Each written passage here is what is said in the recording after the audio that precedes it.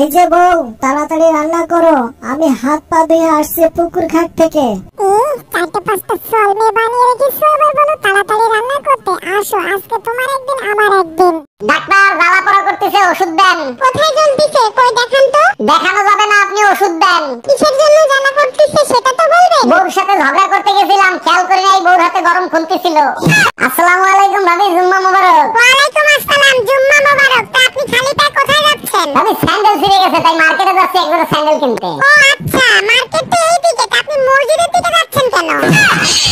দুনিয়ায় এত কিছু থাকতে তুই মসজিদের মাইক চুরি করতে গেছিলি কেন? ভাবছিলাম আল্লাহর জিনিস চুরি করলে কেউ কিছু বলবে না। আমি বুঝলাম না, ইমাম সাহেব তোর হাতে নাতে ধরার পরে ছেড়ে দিল কেন? ইমাম সাহেবরে বললাম আজান বাসা পর্যন্ত পৌঁছায় না, তাই সামনে নিয়ে লাগাচ্ছি।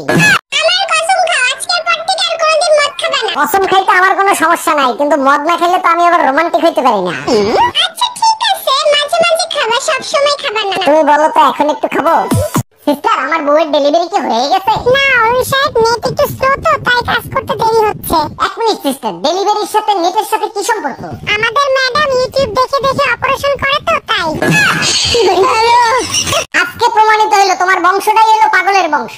একটা বাজে কথা বলবা না। কিভাবে প্রমাণিত হইল আমরা পাগলের বংশ?